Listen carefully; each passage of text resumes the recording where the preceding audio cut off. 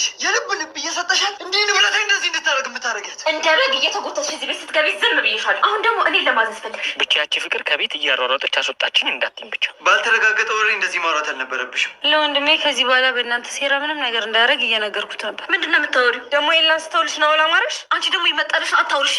እሱ አንተን አይመለከትም። ድጋሚ ግን ቤቴም ሆነ ለሊያ አጠገብ እንዳትደርስ እሺ። እንደው እግዚአብሔር ይሁናት እንጂ አባቷ የሌለ ኃይለኛ ሰው ታውቃለህ? ኃይለኛ ሰው። ከዚህ በላይ ምን ልታደርጉ ነው? ባዶ ቤት ውስጥ አንቺና እሱ ብቻ ምን ታደርጋላችሁ? ቆይ እንዴ ብንቂ ነው ሰራተኛ ልታደርጊኝ ያሰብሽው? የኔና የባርኮት ሰራተኛ መሆን ቢበዛብሽ እንጂ አያንስብሽ። ካልተሰማሽ ድገምልሽ ውጪ።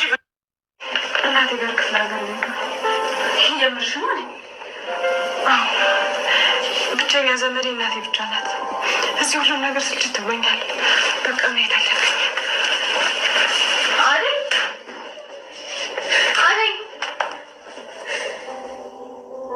ቤዛ ዴቭ በሰማው ነገር የቤዛን ጉሩምቦ አንቆ ይዟታል። ምን አይነት ጨካኝና አስመሳይ ነሽ? ምን አይነትስ ውሸታም ሰው ነሽ? እንዴት በውሸት አባብለሽ አደይ ከዚህ ቤት እንድትባረር ታደርጊያለሽ? ብሎ ጉሩምቦዋን አንቋት ይገኛል። ኤላም ተከታትሎት ነበር የመጣው። ቤዛ እባክህ ልቀቅኝ እያለችው ነው። ኤላ እንደምንም አድርጎ ጉሩምቦዋን አስለቅቆላታል። ዴቭም ካሁን በኋላ አንድ ነገር ብትይ ስለ አደይ እገልሻለሁ የሚል ዛቻ ዝቶባት ነው የወጣው። ኤላም ቤዛን እየመከራት ነበር። ቆይ አንቺ ምን አይነት ሰው ብትሆይ ነው እንደዛ አይነት ነገር የምትሰሪው? ስለ ክፉ ነገር ማውራቱ ምን አስፈለገ? ቤዛም ራሷን ነፃ ለማውጣት ናውል ነው እኮ አይቻቸዋለሁ ያለኝ እሱን የነገረኝ ሁሉን ነገር ብላ ትነግረዋለች።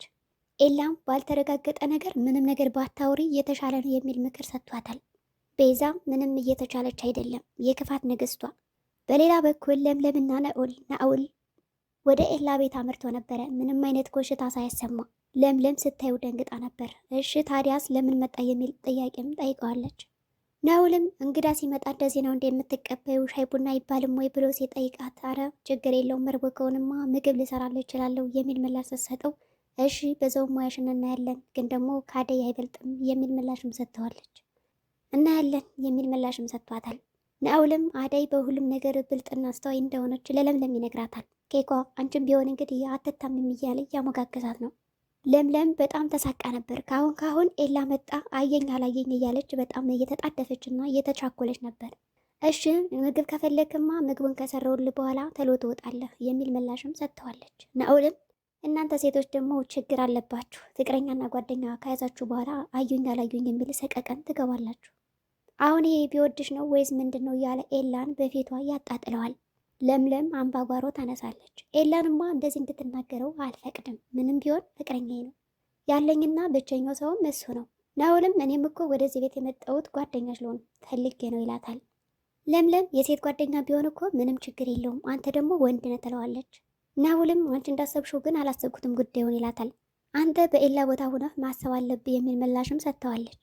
ስርዓት ያዝ፣ ስርዓት ይኑርህ እያለችም ነግረዋለች። አንድ ሁለት እየተመላለሱ እያለ አለመግባባት ሲመጣ ውጣልኝ ትለዋለች። ምን አልሽኝ? ውጣልኝ ነው? እሺ እወጣለሁ፣ ግን ለምን እንደመጣሁ አልጠየቅሽኝም ከዚህ ቤት። እኔማ አንቺ ሁለተኛዋ እህቴ ነሽ ልክ እንዳደይ ብዬ ነበረ፣ ነገር ግን ምላሽሽ ይሄ ከሆነ እወጣለሁ ይላል። ለምለም አዘነች እና የመጸጸት ስሜት ተሰማት። ይቅርታ የሚል ምላሽም ሰጥተዋለች። ችግር የለውም ብሎ ጠጋ ብሎም እጇን እንግዲህ እኔ እስኪ በኤላ ቦታ ሁኜ ምን እንደሚያደርግና ምን እንደምታስቢ ልይ እያለ አይኑን ጨፍኖ እጁን ወደ ለምለም እጅ በመዘርጋት አይኑን እንድትሸፍነው አድርጓታል። ለምለምን በቃ ውጣልኝ ትለዋለች። ናኦልም ከመውጣቱ በፊት አደይ እኮ በጣም ብዙ ችግሮች ያለባት ልጅ ነች፣ ነገር ግን ችግር ያለባት አይመስልም ይላል። ለምለምም ናኦል ግን ይቅርታ ከዚህ ቤት ተመልሰባት መጣ ደስ ይለኛል የሚል ምላሽ መልሳለች። አደይ በመንገድ ላይ እየሮጠች ትገኛለች። ሩጣ ሩጣ ከደከማት በኋላም ከነደመቀና ከነኪንጎ መካከል ትደርሳለች። ልዱ እየዘፈነች ነው። እስኪ ዝም በይ ይልና ዴቭም ዝም ያስብላታል። አሁን ደግሞ በቃ አደይ ከሌለይ ከዚህ በኋላ ጾባይ አስቸጋሪ ነው አይደል የሚሆነው፣ በቃ ተሰቃየን የሚል ምላሽም ትመልሳለች። ፍቅር አንተን ተጠቅማ ከዚህ ቤት እንድትወጣ አደረጋችኋት አይደል? ለማንኛውም እነዚህን ሁለት ንግስቶች ባትሰማቸው ተመራጭ ነው የሚል ምክር ለወንድሟ ትለግሰዋለች። ፍቅርም እያማሺ ነው ወይስ ምንድን ነው ብላ ወደ ሳሎን ትመጣለች። ደግሞ ምንሽ ይታማል የሚል ምላሽም ሰጣት ነበር። ፍቅር አልተፋታቻትም። አዎ አመቸሻለሁ ምን ታመጫለሽ የሚል ምላሽም መልሳለች። ልዱ ዴቭን ቁጭ አድርገው በመካከላቸው ይጨቃጨቃሉ። እናንተ እኮ ትላልቅ ልጆች ናችሁ፣ ለምንድን ነው ግን የምትጨቃጨቁት ይላል። ፍቅር ከወንድሟ ፊት እንቅ ታረጋታለች። ልዱ አረ ልቀቅኝ እያለቻት ነው። ዴቭም እህቴ ናት፣ ምንም ብትሆን ጫፏ እንዳትነኪያት እንዳትደርሽ እያለ እየመከራት ነው። የራሳቸው ጉዳይ ብሎም ጥሏቸው ተነሳ።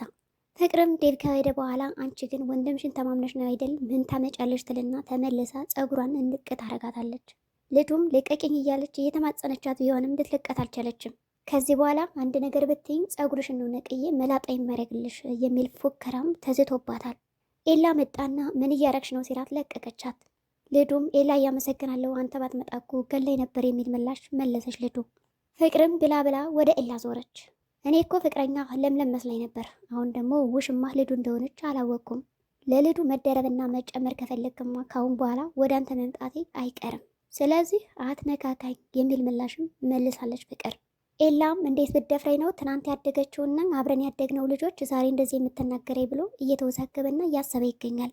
ለማንኛውም ተጠንቀቂያት፣ ፍቅር እንደዚህ ከዛተችማ አትለቅሽም የሚል ምክርም መክሯታል ልዱ። አዎ እሺ አመሰግናለሁ በቃ እንሂድ ብለውም ወጡ። አደይም ከነ ኪንጎ ደርሳለች እየሮጠች። ዳይመንድ አያትና በሰላም ነው እንደዚህ የምትሯሯጨው ወይስ ደግሞ ያቺ ፍቅር እያሯሯጠችሽ ነው የሚል ምላሽ ይሰጣታል። አይ ፍቅር አይደለችም አባቴን እኮ አይቼው ነው ስራ ልገባ ስል ከመንገድ ላይ ያገኘሁት እኔን እየፈለገኝ ነው፣ ስለዚህ ከእሱ ለማምለጥ ነው የምሮጠው የሚል ምላሽ መለሰች። ኪንጎም ታዲያ ለምን ከኛ ቤት አትሆኙም የሚል ሀሳብ ሰጥቷት ነበር። አደይ እናንተ ምን በወጣችሁ ስለ እኔ የምታስቡ ችግሬን ራሴ እወጣዋለሁ ብላም ትንሽ ቆም ብላ ካናገረቻቸው በኋላ ሄዳለች። ኪንጎ የኔ ፍቅር ማለት ጀምሯል። አደይ እንደዛ እየተረበተበተች ዳይመንድም አሁን በዛ አይነት ውስጥ ሆና ፍቅር ምናምን ትላለ እንዴ ሲለው ነበር። እኛ ቤት ሁኝ ብሎ ስለመከረው ደስ ብሎታል። ዳይመንድ ግን ፍቃደኛ አልነበረም። የሰውን ነገር ታውቁ አይደል፣ በዛ ላይ ደግሞ የከተማ ኑሮ እንዴት እንደሆነ ይታወቃል። ስለዚህ ሌላ ነገር ብትፈልግ ይሻላታል፣ ወይም ደግሞ ከችኮቿ መካከል ብትሄድ የተሻለ ነው የሚል ሀሳብ ሰጥቷት ነበር። እሺ ችግር የለም ብላ ጥላቸው ሄደች። አዎ የኔ አደይ እኮ ቆንጆ ነች እያለ ያሞካክሳታል ኪንጎም አደይ ተጨንቃ ያየዋት ምን ላድርግ ይላል። ለምለምና ናኦል ይቅርታ ስለተፈጠረው ነገር የሚል ምላሽ ሰጥተዋለች ሊወጣ ሲል። ማንኛውም ነገር ላይ ልረዳሽ እችላለሁ የሚል ሀሳብም ሰጥቷት ነበር።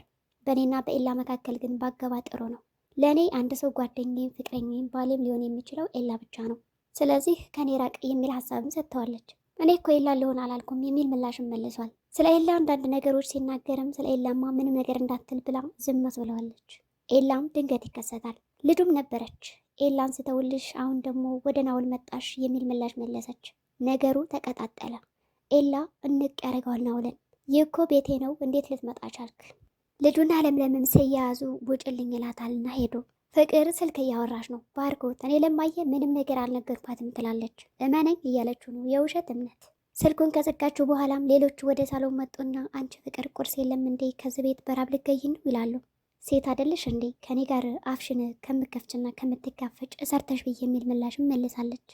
ደግሞ ስራ ግንጀልሻለሁ ቤዛ፣ ስራ እየተገኘውን ምሳሌ፣ ስለዚህ እኔ ገንዘብ እከፍልሻለሁ አንቺ ኪችን ገቢና ስሪ የሚል ሀሳብም ሰጥታታለች። ቤዛ በጣም ትናደዳለች። አደይን ማስወጣት ይቆጨኝ፣ እናንተን ነበር ሰብስቤ ማስወጣችሁ። ናኦልና ልዱ ካፌ ነበሩ። ካፌ ከወሰዳት በኋላ ክፈል ትለዋለች። የለኝም ይላታል። ገንዘብ ከሌለሽማ ወይ እቃውን ታጥቢያለሽ ደግሞ ወይ የሆነ ነገር ታደርጊያለሽ። እቃማ አላጥብም የሆነ ትራንስፈር አድርግላችኋለሁ ትላለች። አንቺ ሰው ምን ይለኛል ብለሽ ነው ወይስ ደግሞ ከኔ ጋር ስለሆንሽ ነው ይላታል። እንደምንም ብሎ ገንዘቡን ከፍሎ ይወጣል። ዴቭም ስልክ ይደውላል። የት ነሽ ይላታል። ከኤላ ጋር ኤላ ልሸኘው የሚል ምላሽ ነበር የመለሰችው። ናኦልም ሀሳቧን የተመለከተና ንግግሯን ያዳመጠ ቆይ አንቺ ለምንድን ነው እንደዚህ ቁጥጥር በዛብሽ የሚል ሀሳብ ሰጥቷታል። ይህ ሁሉ ቁጥጥር የበዛብኝ በአንተ ምክንያት ነው። አንተ ካገትከኝ በኋላ ዴቭ መቆጣጠር ጀምሯል ስለሚያስብልኝ ነው አለችው። አሁን አንቺ ታገትሽ ነው የሚባለው ቀበጥ እያላትም ነበር። ለማንኛውም እንሂድ ብለዋል። ለምለምም እኔና እየጠረጠርከኝ ባልሆነ የሚል ሀሳብ ሰጥተዋለች ለኤላ። ከናኦል ጋር ስላየኝማ መጠርጠር የለብህም ታዲያ እንዴት ላስብ የሚል ሀሳብም ሰጥቷታል። እንደዚህ እያወሩ እያለ በሩ ይንኳኳል። አደይም መጣች። ይቅርታ አባቴ እኮ እየፈለገኝ ስለሆነ ወደ እናንተ መጣሁ አለች። ችግር የለውም አሏት። በቃ ምግብ ልስራልሽ አሉና ምግብ ለመስራት ሄደች ለምለም። ኤላም ለምንድነው አባሽን ፊት ለፊት የማትጋፈጩ የሚል ሀሳብ ሰጥቷታል። ይህን አባት እኮ የሰዎችን ስሜት የሚረዳ አይደለም። ይህ ነገር ከኔ ስለደረሰብኝ ምናልባት እውነቱን ብታወሪው እንደዛ አትሆኝም። እኔ ከአባቴ ጋር ፊት ለፊት ብጋፈጥ ኑሮ ሊሊ ራሱ እንደዛ አትቸገርም ይላል። ዳይመንድና ኪንጎን ቁጭ ብለው እያወሩ ነው። አደይ ተጨነቀች አይደል ይላሉ። ዳይመንድም ስለ አደይ አባት ኃይለኝነት እያወራው ነው። እንደዚህ እያወራው ከርቀት ናኦልን ያዩታል። ያ ናኦል ነው እንዴ ደግሞ ከዚች ጋር ታየ፣ በቃ ከዛችም ከዚችም ይላሉ። ናኦልም መጣ። ሰላም አሏት። ከማን ጋር ነበርክ? ያው እዚህ ጋር ነኝ። ኪንጎም ታዲያ የልጅ ወንድ አይሆንም እንዴ ከዛችም ከዚችም የሚሄድ እያለ ነው። ወንድ ቢሆንም ነው ከዛችም ከዚችም የሚሄድ ይለዋል። ዳይመንድም ናኦል ከተቀላቀላቸው በኋላ ኪንጎ ያጉረመርማል። ቆይ አንተ ለምንድን ነው እኔን ሰጥተኝ የምታጉረመርመው ብሎም ጠየቀው። አሀ ለካ የአደይ አፍቃሪ ነህ ይለዋል። አዎ ነኝ ይላል። ታዲያ አደይ እኮ ለእኔ እህቴ ነች፣ ይለዋል። ያም ይህም እየመጣ እህቴ ይላል። ዳይመንድም ከት ብሎ ይስቅና አይዞህ ያንተም ቀን ይመጣል እህቴ የምትልበት የሚል ምላሽ ይሰጠዋል። ታያለህ እኔ እህቴ እንድትሆን አይደለም የምፈልገው ሚስቴ ነው ይላል። ተናዶም ጥሏቸው ተለየ። ቤዛም በራብ ልገኝ ነው እንዲህ እያለች ከፍቅር ጋር እያወራች ነው። ልጁም መጣችና እንደዛው አለች። እየተጨቃጨቁ ነው ሴቶች። ሴት አይደላችሁ ሰርታችሁ ብሉ እንጂ። ዴቭም እዚህ ተሰብስባችሁ ምንድን ነው የምትጨቃጨቁት ይላል። በይተነሽና ሰሪ በቃ አደይ ከሄደች ሁሉም ነገር ቀረ አይደል አለ ዴቭ። አንተ ከልከኝማ እሰራለሁ ቡናም አፈላለሁ አለችና ፍቅርም ተነሳች። ልዱም የምትሰራ መስሏት በይተነሽና ሂጅ ሰሪ ትላታለች። ቤዛም ሂጅ አለቻት። አንቺ ደግሞ ከናውል ጋር ምንድን ነው ያለች ትላታለች። ቆይ እናንተ ነው ማን ይችላችኋል? አደይ ነበረች ወጣችላችሁ። ሌላ ሰራተኛ ቢመጣ ማን የሚችላችሁ እያለቻቸው ነው ልዱ። እረ እውነት ነው ማን ይችላቸዋል? እነዚህ ሁለት ሰይጣን ናቸው እኮ። ኤላ ከለምለም ጋር ከአደይ ጋር ከመካከላቸው የሆነ ያልተግባቡት ነገር አለ። ይህ ነገር ቢፈታ ቀላል ይሆናል እያለ ሀሳብ እየሰጠ ነው። እስከ መቼ ነው እንደዚህ የሚሆኑት አለ። ለምለም አደይ ከዚህ በመሆኗ ደብሯል እንደ የሚል ጥያቄ ጠይቀው ነበር። ኧረ በጭራሽ ብሏል። ናውልም ቁጭ ብሎ ከቤቱ ሄዶ በጣም ናፍቀሽኛል እያለ ከእናቱ ጋር ያወራል። በድንገት ልዱ ትከሰታለች። እንዴት መጣሽ ብሎም ይደነግጣል። እማዬ ሞታለች አላልከኝ? እንዴት ነው የምታወራት? እኮ ሞታለች ግን ደግሞ በመንፈስ ሁሌም አብራኝ ነኝ ይላታል። ከዚህ ብቸኝነት ስላወጣሽኝ አመሰግናለሁ እያለ እያመሰግናት ነው። ቤዛም ሌላ ሰራተኛ ያስፈልጋል ትላለች። ፍቅርም ለእናቷ ደወለችና ሰራተኛ ያስፈልጋል እያለቻት ነው። አደይን አገናኘኝ የሚል ምላሽም ሰጥታታለች። እኔን መኝኝ እያለቻት ነው። እናቷ ግን በጭራሽ አላመነቻትም መሰለኝ። ስልኩን ከጆሯ ላይ ነው የዘጋችባት። አደይ ሳሎን ላይ ቁጭ ብላ እያጸዳዳች ነው። ኤላም ነበረ። ምን ላግዝሽ? ምንም። አደይ የፋይል በጣም አስፈላጊ ነው እና ጥሩ ቦታ አስቀምጮ ይላታል። እያጸዳች እያለ ድንገት ጠረጴዛ ላይ ነው ያለው ፋይሉ። ውሃ ይደፋበታል ፊቱ ላይ። ኤላ በጣም ይናደድና ይጮሃል። አንቺ ምንድን ነው እንደዚህ የምታደርገው? ተጠንቀቂ ብዬ እኮ ነግሬሽ ነበረ። ይህ እኮ ያለኝ የአባቴ ሀብት ነው ብሎ በጣም ይጮህባታል። ለምለም ሰማችና መጣች። ምንድን ነው አለችው። ኤላ በጣም ነው ያሳቀኝ ሲጮህ። ተቀይሯል ሁሉ።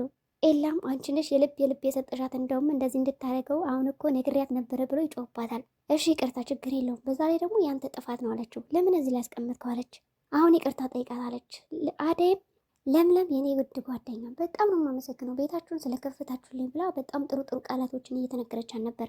ካሁን በኋላ ግን እቃዬን ይዤ መሄድ አለብኝ። እኔም እኮ በየሰው ቤቱ በር ማንኳኳቱ ሰለቼ ብላ እቃዋን ይዛ ወጥታለች። ሰላም ጤና ይስጥልኝ የቻናል ቤተሰቦች። ለዚህ ቻናል አዲስ ከሆናችሁ ሰብስክራይብ በማድረግ ተቀላቀሉ። በቀጣይ ቪዲዮ እስከምንገናኝ